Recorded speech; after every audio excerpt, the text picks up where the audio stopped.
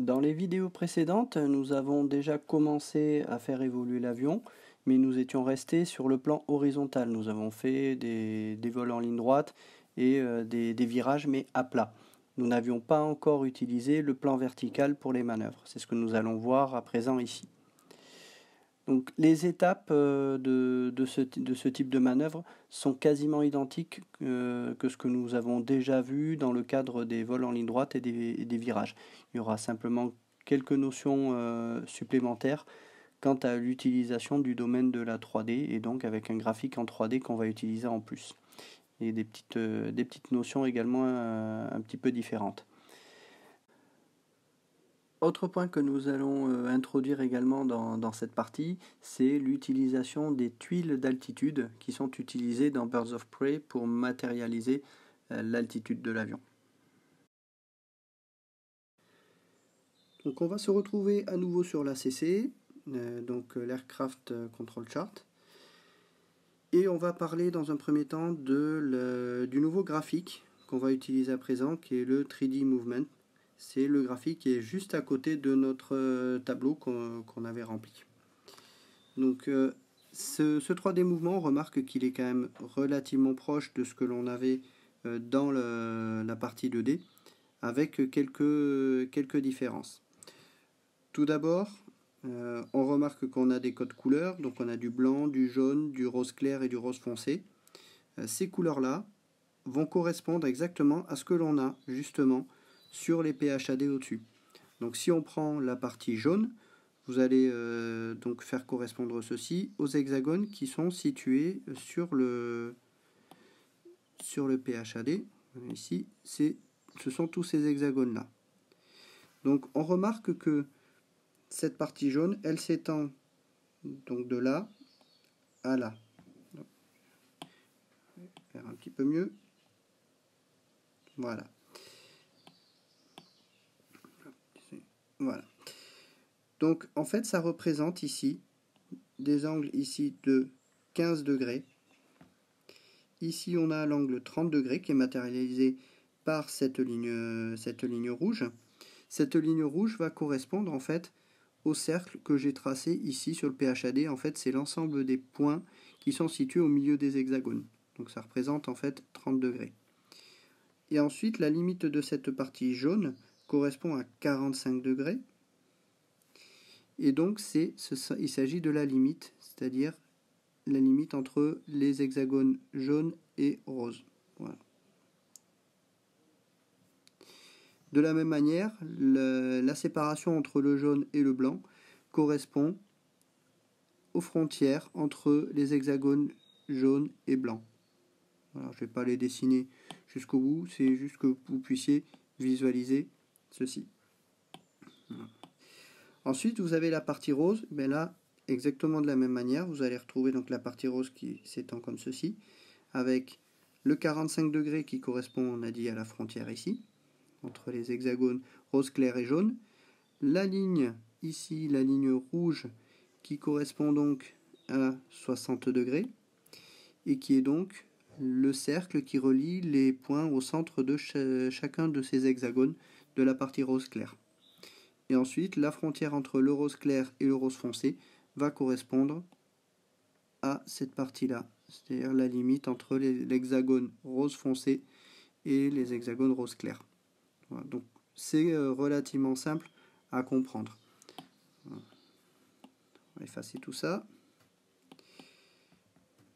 Ensuite, vous remarquez sur le PHAD, sur l'aide 3D, pardon, vous avez cette même notion que nous avons introduite déjà dans la partie 2D. Vous avez une alternance entre des points blancs et des points noirs. C'est-à-dire qu'on va toujours cheminer d'un point blanc vers un point noir et d'un point noir vers un point blanc. Voilà, comme ceci. En fait, ce qu'il faut s'imaginer, c'est que l'ensemble des points qui sont ici de la même couleur, si je relie ceux qui sont ici à un hexagone, donc les points blancs à côté de l'hexagone orange de départ, ça va correspondre en fait au cercle qui est situé à la même distance du point précédent. Ensuite, si on prend les points noirs, vous allez retrouver l'ensemble des points noirs vont correspondre à ce cercle qui est là encore situé à une distance équivalente.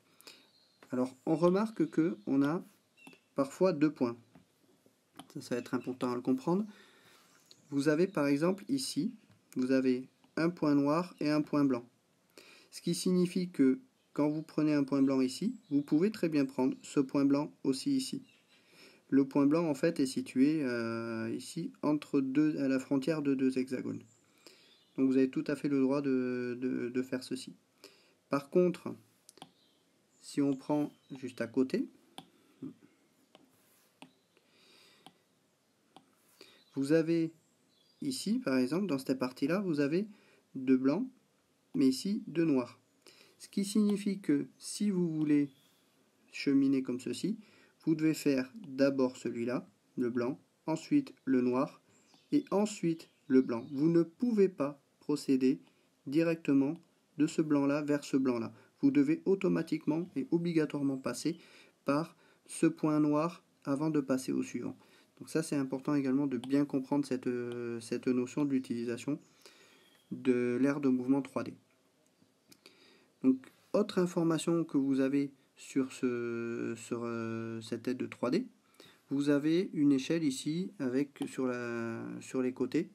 On va mettre en noir. Vous avez des échelles ici, comme vous pouvez le voir, qui sont les changements d'altitude.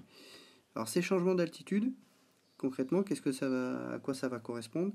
Quand vous serez, par exemple, sur cette ligne ici, que vous finirez sur un hexagone ici, cela signifie que vous prendrez 2 points d'altitude.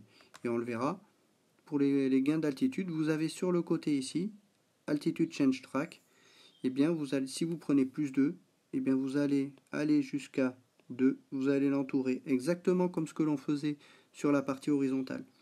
Voilà. Si vous allez, admettons, on finit sur cette partie-là ici, vous allez regarder à quoi ça correspond ici, ça correspond à plus 7. Et bien vous allez chercher le plus 7 et vous allez le relier ce plus 7, ce qui permettra de noter les changements d'altitude qui interviendront sur le tableau qui est juste à côté. Voilà. Autre information que l'on a sur ce graphique, vous remarquez, vous avez des chiffres en haut, 0, 1, 2, 3, etc. jusqu'à 8. On va jusqu'à 8 hexagones, exactement comme l'aire de mouvement en 2D. Et bien ça, ce sont les hexagones horizontaux. C'est-à-dire qu'on remarque que les hexagones 0 sont tous ceux qui sont situés sur cette ligne. Les 1 ici, 2, 3, 4, etc. Ce qui signifie que quand vous allez vous déplacer, le plan horizontal, vous l'avez sur cet axe-là. Voilà.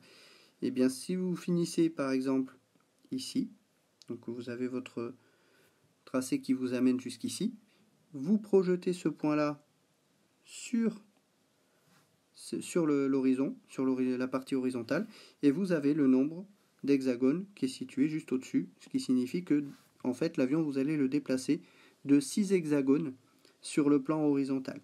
Alors ces 6 hexagones, ça peut être 6 hexagones en comptant un virage aussi, mais ça veut dire que vous allez vous déplacer matériellement sur la carte du jeu de 6 hexagones. Donc vous voyez, vous avez quand même pas mal d'informations sur cette aire de mouvement 3D. Et une fois qu'on a compris comment ça fonctionne et toutes les infos qu'on a dessus, c'est quand même très facile d'utiliser comme nous allons voir. Alors il y a une règle qui va bien falloir faire attention à bien appliquer quand on utilise cette aire de mouvement 3D, c'est que la façon dont on va se déplacer dans cette aire 3D va être directement en fonction de la position de ce que l'on aura préenregistré justement sur un PHAD. Donc, première notion, c'est que si le segment qui doit être réalisé est préenregistré au centre d'une cellule, donc par exemple, si on est préenregistré ici, je note par exemple 2 ici, au centre d'une cellule, ou sur la frontière entre deux cellules du même cercle, c'est-à-dire si on est ici, donc même cercle, donc on est cercle jaune, ou alors si on est comme ceci et à la frontière entre deux du même cercle, là aussi ça marche. Par contre, si on est, je prends un autre exemple, 2 ici, mais que le 2 est ici, là ça ne fonctionnera pas. Il ne faudra pas appliquer cette règle. Donc si on est dans ce cas-là, à ce moment-là, il faudra se déplacer dans la partie qui est ombrée, c'est-à-dire dans la partie de même couleur. C'est-à-dire si on est ici dans la partie jaune, comme c'est le cas ici, là pour le 2, je vais effacer celui-là. Donc si on est dans ce cas-là, on va devoir se déplacer sur la partie jaune et donc rester dans cette partie-là.